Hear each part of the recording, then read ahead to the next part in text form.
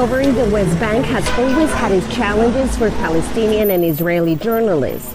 But since the October 7 Hamas terror attack and Israel's counteroffensive, conditions are increasingly dangerous. It's dangerous for all the journalists, not only for Al Jazeera journalists.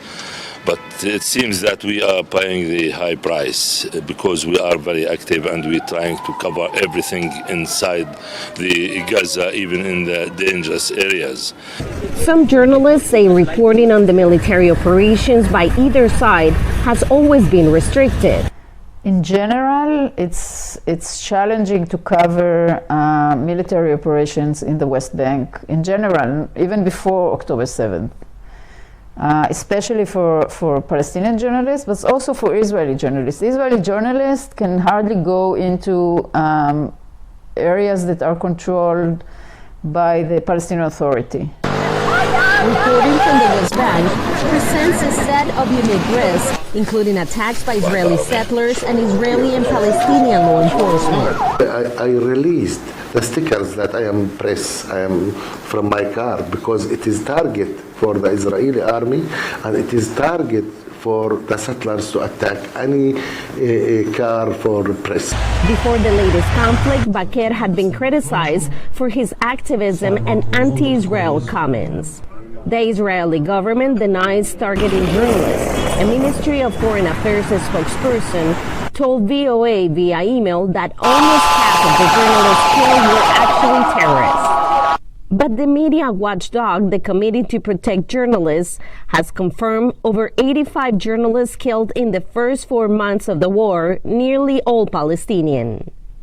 Free movement has also decreased in the region, with checkpoints and restrictions on access in the West Bank. They're targeting the Palestinian journalists. They will targeting also his family, and they will complicate the life for them.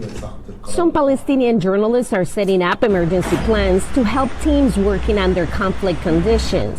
For Israeli journalists, however, the focus is on the hostages Hamas still holds and the terror attack that left 1,200 dead. For Israeli media, says Saragusti, there is an expectation from audiences of patriotism in their coverage.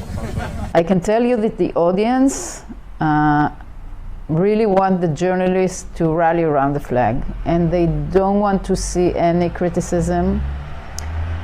They are not open and cannot contain any human stories coming from the other side.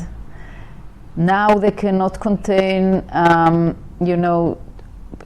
too much details about the humanitarian crisis in Gaza. They don't care. They don't want to hear about it.